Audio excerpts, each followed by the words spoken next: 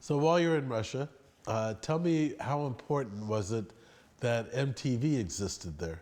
MTV is vital for a music market, and MTV probably was the most important building block for the modernization of the Russian music industry. Polygram was the first Western record label to open, and then Universal bought Polygram and became the largest record label in Russia. And then other record companies came, like Warner and BMG and Sony. But when MTV came to Russia in 1999 and opened their own channel in the country, that was a major breakthrough for Russian music, for Russian artists, and for the record industry in general.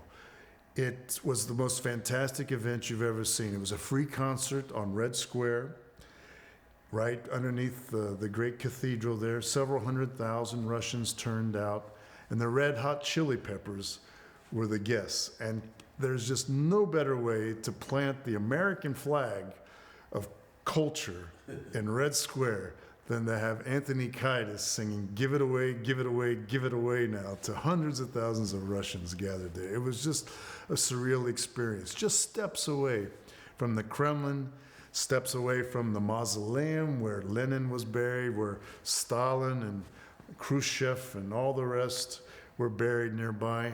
This was America conquering Russia with culture. And I was never prouder than that moment in my life to be an American working in the music business. I was also able to introduce Shania Twain to Russians through MTV. That Don't Impress Me Much was one of the most popular music videos on MTV, and that's country music now coming to Russia. So MTV was crucial for us, and it also would help us develop our own Russian artists. For example, if we had a hot new video from Bon Jovi, for example, that we knew MTV really wanted, like "It's My Life," they wanted to put that on hot rotation, we would bring it to them and say, "Yes, we'll give this to you in exclusive before anyone else, but would you play this new video from our recent signing, a boy band called Smash? Take a chance on them and we'll give you the Bon Jovi for an exclusive."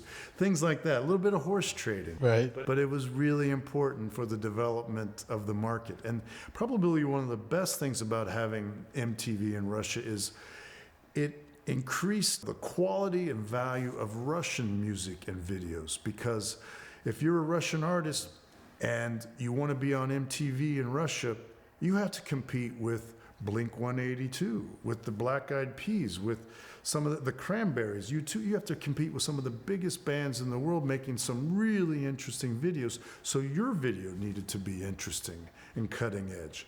And so that competition and inspiration, the West meets East, only created better and better music and better videos in Russia. And it was I have to say, a golden era, not just for music, but also for videos.